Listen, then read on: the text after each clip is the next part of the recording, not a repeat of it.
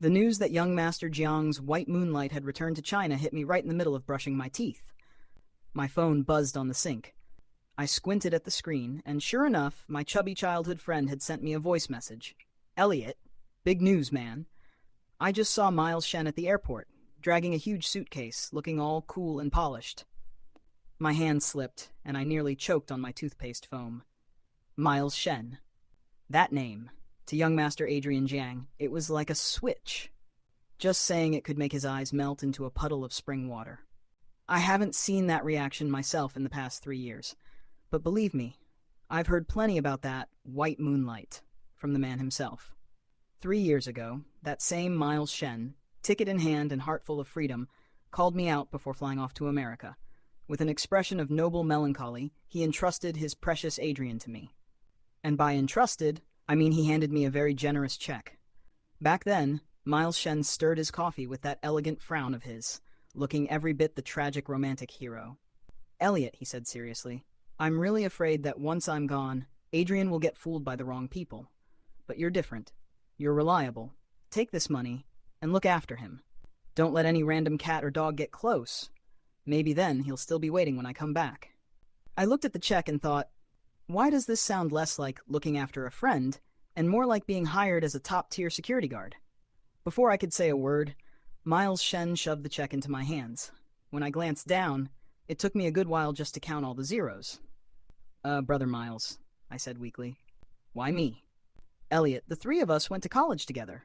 You're the only one I can trust right now. So, like the loyal little sidekick I was destined to be, I nodded like a pecking chicken. Don't worry, Brother Miles. I'll complete the mission. I'll make sure not even a female fly gets close to young Master Jiang. Miles Shen smiled, patted my shoulder, and added cheerfully, no male flies either. I know it's a tough job. Tough? Not at all. You pay me. I protect your man. Seems fair. So for the past 3 years, I've done my job too well. When Miles Shen first left, Adrian Jiang drowned himself in bars every night. Guess who carried him home every single time? Whenever anyone showed even the slightest interest in him, man or woman, I cut that off before it even started.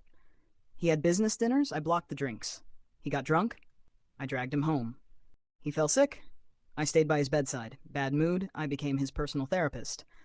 And somewhere along the way, we even slept together. A few times. So much that he actually asked me more than once if I was secretly into him. Heavens above, would I dare? Now, as I rinse my mouth and splash cold water on my face, the news finally sinks in. Hey, Tony, I say over the phone, that art museum job you mentioned before, was it in City B or City C? There's a pause. City B. Why? You're thinking of taking it? Didn't you say it was too far? You don't get it. Miles Shen's back. I need to make myself scarce, fast. The rightful boyfriend has returned, and as the loyal guardian of love, my shift has officially ended. Turning back toward my apartment, I start packing immediately. This rental place, paid for with Miles Shen's money, right across the hall from Adrian Jiang's apartment.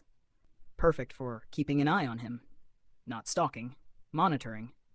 Now that Miles Shen's back, no reason to keep paying rent. I can save some cash. I don't have much stuff anyway. Most of what's here was gifted by Adrian Jiang. My own belongings barely fill half of a 28-inch suitcase. I neatly separate what's mine from what he gave me, then shove everything into the case as fast as I can. The last thing I want is to bump into Adrian Jiang on my way out. Just as I'm zipping up my suitcase, there's a knock on the door. My heart skips a beat. Oh no. Speak of the devil, literally. Adrian Jiang pushed the door open, a chill from outside clinging to his coat. He was wearing a black overcoat today, which made his already striking features even sharper, handsome enough to make anyone's heart skip. But as usual, his brows were furrowed, that signature frown of his giving away his mood. His eyes landed on the suitcase by my feet, then swept over to the bag beside it, the one filled with things he'd bought for me. His expression darkened instantly. Elliot. His voice sounded calm, but after following him around for years, I could hear the irritation simmering beneath it. You going somewhere far? I zipped up the suitcase, straightened my back, and nodded politely. Mr. Jiang, I found a job as a tour guide at the art museum in City B. I'll be moving there for work. It's actually closer to where my parents live, too, so... He took 2 slow steps forward, and the pressure in the air thickened.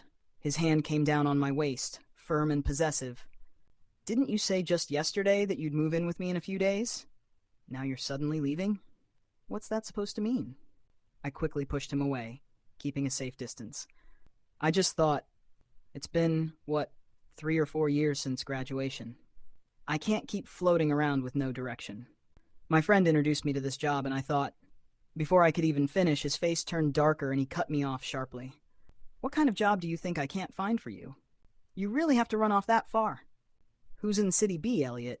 You've always liked photography, haven't you? I can set you up with your own studio. Bring your parents over, too. You can just move in with me, and I'll buy this apartment tomorrow for your parents to live in. His words came like rapid fire. I stumbled back 3 steps, throwing my hands up in a stop right there gesture. Hold up, Mr. Jiang. It's just a temp job. What temp job? What's going on with you? Last night you were calling me Adrian in bed, and now I'm back to being Mr. Jiang? Before he could finish, his phone rang. He glanced down, and I saw his expression harden. Stay right here, he said coldly. Don't you dare go anywhere. I'll deal with you when I get back. Then, with a sharp flick of his coat, he turned and walked out, leaving behind a gust of cold air and me frozen in place. But not before I caught a glimpse of the caller ID lighting up on his screen, Miles Shen. Saying I didn't feel anything would be a lie. My chest tightened, but I couldn't even figure out what exactly I was feeling. It's always been like this, ever since college. Adrian could drop anything, anyone, for Miles. I've always known that. They were the perfect pair, the ones who belonged together. I stared at the closed door, a lump forming in my throat. It felt like someone had stuffed my chest with cotton, soft but suffocating. For reasons I couldn't explain, my feet refused to move. I stayed there. I waited all night. The darkness outside faded to gray, then pale white, and still no sign of him. My phone stayed silent, except for a few messages from Tony asking if I'd left yet. I didn't reply. Well, I got the message loud and clear. The white moonlight was back, and I was officially out of the picture. A dull ache twisted in my chest. I slapped myself lightly on the cheek and muttered, Elliot Hayes, wake up. Since when did you start thinking you were special? By the time dawn brushed the sky, I grabbed my suitcase, opened the door, and glanced one last time at the tightly closed door across the hall. Then I turned away and walked downstairs. City B wasn't far, just 2 hours by train. Tony was already waiting at the station when I arrived. He took one look at my face, sighed, and didn't ask a thing. Instead, he dragged me straight to lunch. So, he said between bites, what happened? You actually ran off? I downed half a bottle of water, burped, and sighed. Don't ask. I've been officially laid off from the position of guardian of love. Time to start a new job. Tony shook his head but didn't pry further. He was the only one who really knew the situation between the 3 of us. The new job at the art museum turned out to be peaceful. Being a guide wasn't hard work. I just rambled about the paintings to visitors, which was a hell of a lot easier than dealing with Adrian Jiang's unpredictable moods. I rented a small 1-bedroom place not far from the museum. Life settled into a quiet, predictable rhythm. Sometimes my phone screen would light up with his name, Adrian Jiang. I'd stare at it until it went dark again. He kept calling. Over and over. Eventually, I just set my phone to silent. And later, he stopped calling. That's how it should be. Bridges go back to bridges, roads go back to roads. We each go our separate ways. A few days later, during my lunch break, I got a call from Miles Shen. My brain hesitated, but my hand betrayed me. It pressed answer before I could stop it. My throat felt dry. The last time I spoke to him was 3 years ago, when he handed me that fat check and his entrustment. Funny how different I felt now. Before I could say anything, another voice came through the line, Adrian Jiang's. Miles, have you been waiting long? No, I just got here. I ordered a few dishes. Tell me if they suit your taste. Everything you order is something I like. How could it not suit me? I froze. What the hell was Miles doing? Calling me just to flaunt his love life? I mean, come on. I'd moved halfway across the country. How could I possibly still be in their way? On the other end, the 2 of them kept chatting casually. My hand wanted to hang up, but my brain refused. I just sat there listening, the seconds on the call timer climbing higher and higher.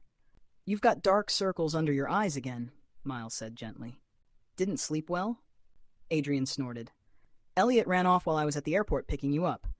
Took all his luggage. Didn't answer a single call. I swear, I was so mad it made my liver hurt. Oh, right. Don't you still have his number? Maybe you should call him. I need to give that brat a piece of my mind. There was a pause. When Miles finally spoke, his voice was calm but edged with something I couldn't place. I do have his number. But before that, I really want to know what exactly happened between you two while I was gone these 3 years. Silence. Thick, heavy silence. Then Adrian's voice came, lazy as always, but with a dangerous undertone. That kid liked me. Chased after me, actually. At first, I didn't agree to anything, but he was so damn persistent. You don't know, he even moved into the apartment right across from mine just to get close to me. Eventually, I gave in. Told him he could move in with me a few days ago, and the idiot got scared and ran away. My heart stopped. Adrian Jiang, are you insane? Who in their right mind confesses to being in a relationship right in front of their white moonlight? I didn't even have to imagine it. Miles Shen's expression right now was probably a kaleidoscope of emotions. Then, to my horror, I heard him laugh. A quiet, low laugh that somehow sent a chill down my spine. Miles's voice softened, laced with something almost apologetic. Adrian, there's something I think I should tell you. What is it? Elliot, he wasn't following you around because he liked you, or to chase you. He was doing it because I paid him a large sum of money. The words hit me like a punch to the chest. On the phone, I heard the clatter of a glass tipping over. Adrian's voice, now stripped of all its usual arrogance, came out sharp and tense. What did you just say? When I left back then, Miles continued, I was worried about you, worried you'd get involved with the wrong kind of people. So I asked Elliot to look after you, to keep you company. As payment, I gave him a check. He agreed right away. Miles sighed softly. I know you probably feel differently about him now, but I couldn't keep this from you any longer. You deserve to know. A loud crash came through the line. Plates shattering, followed by the sound of footsteps and startled voices. Probably waiters rushing over. Enough, Miles, Adrian said, his tone ice cold. I don't appreciate jokes like that. Not from anyone. Not even you. Do you really think I'd joke about something like this? Miles replied steadily. That check still exists. You can have someone verify it, or you can go straight to Elliot and ask him yourself. He's a good kid, Adrian. He kept his word and took care of you. I doubt he'd ever lie about that. My mind went blank. Half my face felt numb, my heart pounding so hard it hurt. I never thought Miles would tell Adrian the truth. I honestly believed that once I left, the whole thing would fade away quietly, buried in the past. Yes, I did take that check. That much was true. And that was why my face burned hot with shame even now. But I hadn't done anything wrong. I'd done what he'd asked me to do. I'd protected Adrian, cared for him, even sacrificed more than I should have. Now that Miles was back, I'd stepped aside, just like I was supposed to. So why dig this all up now? What did he want? Was he trying to make Adrian hate me? Because if there's one thing I know for sure, it's that once Adrian Jiang learns the truth, he'll hate me for the rest of his life. Even though I never once said I liked him, never confessed, never even hinted at it, he still managed to twist my every action into proof of affection. In his eyes, my care became pursuit, my presence became love. And now, he must think I'm nothing but a liar. No wonder. Adrian Jiang's voice, though distant through the phone, carried the chill of rage. No wonder that kid was always at my beck and call these past 3 years. Blocking drinks, taking punches, never complaining. Looks like you paid him well. So well that he didn't even mind going along with the rest. I thought it was mutual. That maybe somehow we'd fallen into it naturally. Turns out he was just doing his damn job. No wonder he said he was a temp worker before he left. So that's what he meant. His laugh was sharp, hollow. Miles Shen, you really outdid yourself. Miles's voice softened, cautious, almost pleading. Adrian, I only did this because I didn't want you to get hurt. We what? Adrian cut him off coldly. Miles, thank you for telling me, and thank you for that favor back then, the one that made me fall for Elliot Hayes. As for you and me, there was never a beginning, so there doesn't need to be an ending. We'll just stay what we've always been, friends. Adrian was saying something else, but Miles quickly ended the call. And just like that, the line went dead. The heat from my phone screen slowly faded, but it still wasn't as hot as my face. I sat there, numb, fingers trembling, the echo of their conversation still ringing in my ears. Adrian's mix of anger and heartbreak, Miles's gentle honesty, both of them hit me right where I didn't want to feel anything. Miles probably thought he was doing the right thing, forcing me to face reality. But instead, his cleverness had backfired spectacularly. People are selfish creatures. I won't deny it, my heart was pounding like crazy. And despite everything, a shameful part of me wanted to go back. But I didn't have the guts. Just imagining the look on Adrian's face if I stood in front of him again, his fury, his disbelief, his wounded pride, was enough to make my knees go weak. He's the kind of man who could swallow insults, but not betrayal. And especially not from someone like me, his so-called loyal sidekick. Going back would be like walking straight into the lion's den and asking to be eaten alive. I sighed, forcing myself to shake off the storm in my head. Then I slipped on my museum staff vest and went back to work. And just like that, life turned its next page quietly, without drama, without waves. City B moved at a slower rhythm than the one I'd left behind. The museum smelled faintly of old wood and turpentine, the kind of air that stretched time itself. Tony dropped by now and then, always with barbecue skewers and beer. He never mentioned Adrian, not once. Instead, he'd talk about the best restaurants in town or which park had the prettiest girls. I knew he was trying to protect me from the weight of my own thoughts, and I was grateful, more than I could say. As for Adrian Zhang, after that storm of a phone call, the world seemed to go quiet. No more calls, no messages, nothing. My phone remained silent, completely silent. Sometimes I'd see his name, not on my screen but in the news. Zhang Holdings' young master acquires major supermarket chain. I'd stare at the headline for a moment, then scroll past it. He was moving forward, I guess. Probably still angry, too. With his pride, he must have thought I was the one who'd done wrong, that I owed him an apology, that I'd come crawling back eventually. But I didn't. We became two stubborn fools, standing on opposite sides of an invisible river, each waiting for the other to make the first move. And just like that, a whole year slipped by in silence. The work at the art museum wasn't complicated, and most of my coworkers were easygoing. One of them, a young man named James, joined around the same time I did and worked as an assistant in curation. He was cheerful, casual in that typical artsy way, and since we were about the same age, and both obsessed with the local food scene, we quickly became close. James knew I was from City A and would sometimes ask about life there. He'd never been, he said, but planned to visit the capital next year. After work, we'd occasionally grab dinner at a small restaurant nearby, or catch a movie on weekends. Around him, I made myself forget everything about my past in City A. He noticed I didn't like talking about it, so he never pressed. The mutual understanding between us made it surprisingly comfortable. I could tell he liked me, a little more than just friends, but I always kept the right distance. I joked around, teased him, but never took a single step forward, because I knew that on the other side of that invisible river, someone else was still standing there. Even after a year, even with no contact between us, that person's shadow still lingered in some corner of my heart, rising without warning and stirring everything inside me. That afternoon, I was explaining a classical oil painting to a group of elementary school kids when, out of the corner of my eye, I saw a familiar figure enter the gallery.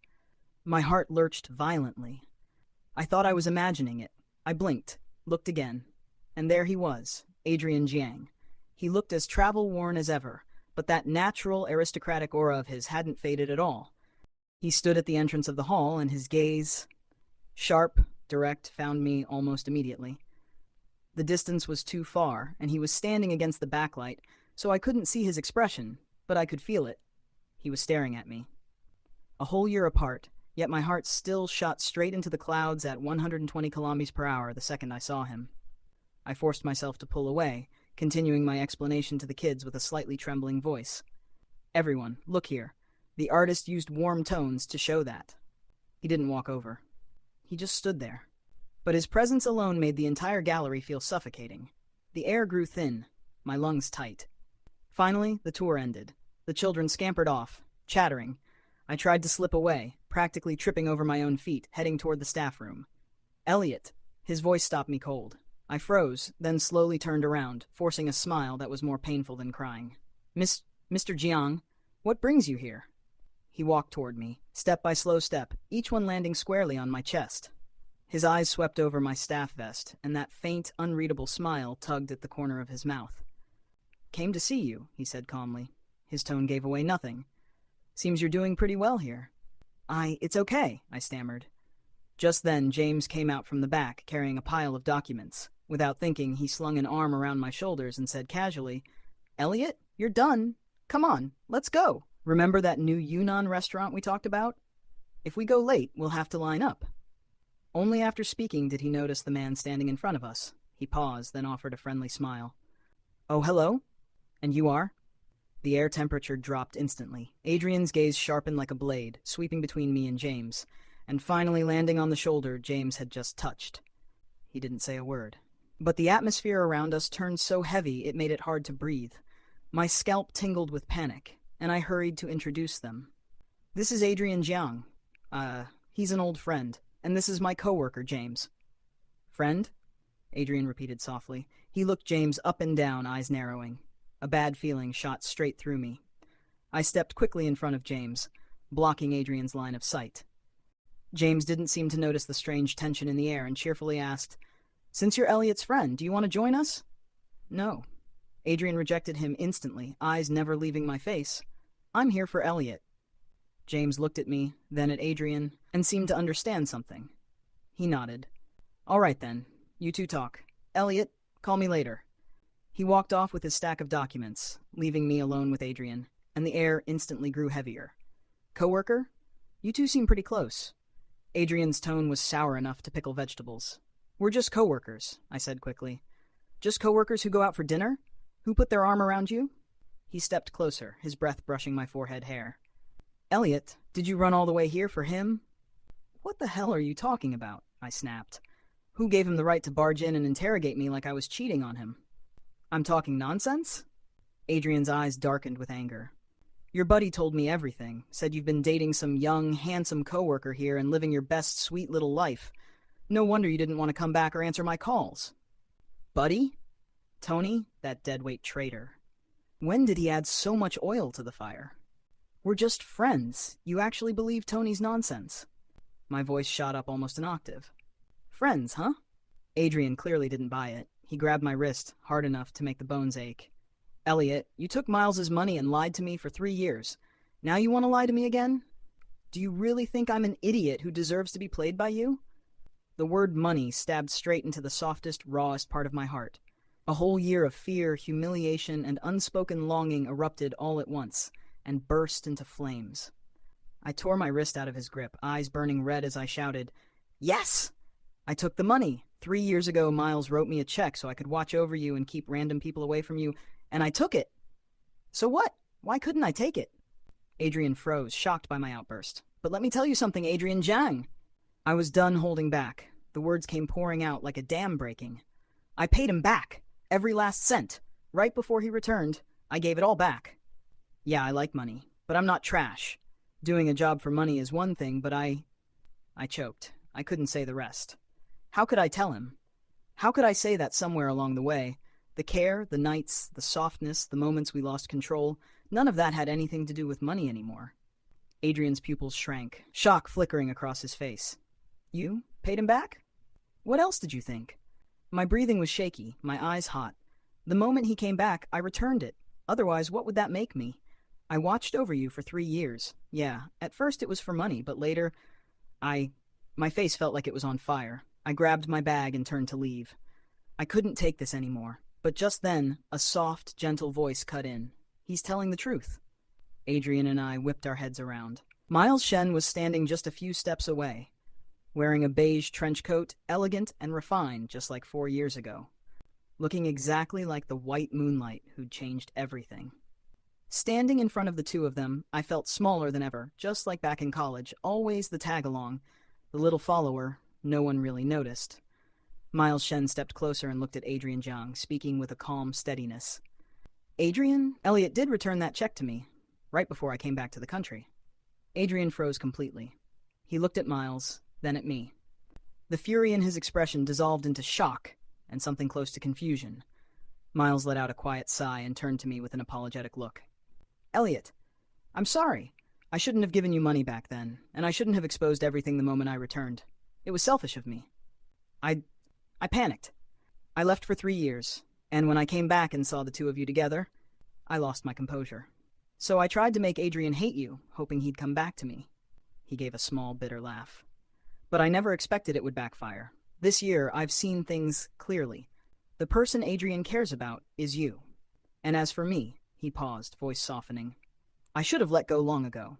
Then he looked back at Adrian, sincere and composed. "We grew up together, and what I felt for you was real. But time changes people. I was the one who let go first, so I have no right to keep you standing still. Watching you these past months, angry, depressed, traveling all this way just to find him, I finally understood. I truly lost you. So, I wish you both well." After saying that, he nodded politely to us and walked out of the museum. His posture was still upright, still elegant, but there was a lightness in his back that felt like a final goodbye. Suddenly, it was just the two of us again. Miles's appearance had thrown me into confusion, and hearing his confession made guilt surge through me like a tide. Watching his silhouette fade in the distance, I couldn't snap myself out of it. "What are you staring at him for?" Adrian abruptly stepped in front of me, blocking my view. "I just feel like a shameless thief," I said quietly, staring at my shoes. "Like I stole something precious from him." He stared at me for a few seconds. Then his voice rose, incredulous and heated. "What kind of nonsense is that? I was the one who fell for you first. If you stole anything, it was my heart." A surprised laugh slipped out of me. Hearing such a cheesy line come out of the mouth of the young master who frequently appeared in finance news, I wondered what his company's fans would think if they heard him. "Elliot." His voice dropped, rough with emotion, as he cautiously took a step closer. I didn't know you'd returned the money. I thought you stayed by my side only because of Miles, not because you actually liked me. I didn't know. I'm sorry." That one quiet "I'm sorry" shattered every bit of strength I'd been holding on to. My eyes burned, and then the tears finally spilled over. "You bastard," I choked out, my voice breaking. "You never ask anything. You just judge me on your own. Then chase me all the way here just to yell at me." "Yes, I'm a bastard. I'm stupid." He reached out to wipe my tears. I dodged, but he didn't get angry. He simply tried again, gently brushing the wetness from my cheeks with fingers soft enough to wring water from. I was furious. When Miles said you only stayed because of money, I snapped. I couldn't stand the thought that everything between us was fake, and this whole year I've been suffering too. I thought you left because you were ashamed, because you didn't want to face me after being exposed, and when I heard you found someone new so quickly. His voice trembled. "No one. I didn't find anyone." I glared at him through red-rimmed eyes. "James and I are completely innocent." I know." He nodded furiously, though the corner of his mouth twitched with a hint of amusement. "That idiot Tony exaggerated things. I'll deal with him later." Then he looked at me. Really looked at me. With eyes deep and unguarded, like he wanted to pull me straight into him.